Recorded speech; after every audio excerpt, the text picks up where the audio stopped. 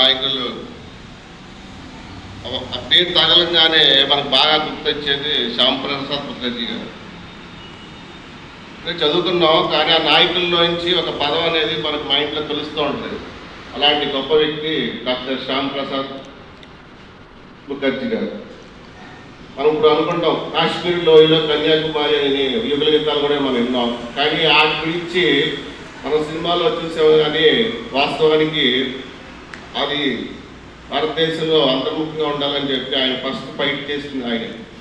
కాబట్టి ఈ రోజున మనం కాశ్మీర్ గురించి మాట్లాడుకుంటున్నాము, ఫ్రీగా ఉంటున్నాం అంటే ఫస్ట్ బీజం వేసింది ఈ శ్యాంప్రసాద్ ముఖర్జీ గారు.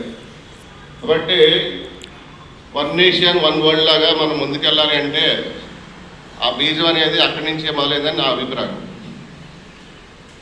సో యూత్ అనేది ఈ మధ్య నేను అన్ని నగరాలని నేను విజిట్ చేస్తున్నాను అనమాట. 30 సంవత్సరాల తర్వాత నాకు అవకాశం వచ్చింది.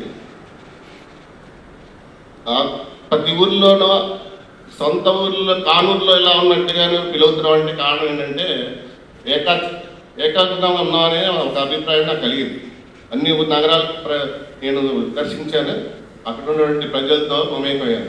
అట్లాగే ఆ కాశ్మీర్ అనే విషయాన్ని మొదటగా మనం మాట్లాడింది యూనిటీ కోసం మాట్లాడింది శ్యాంప్రసాద్ ముఖర్జీ.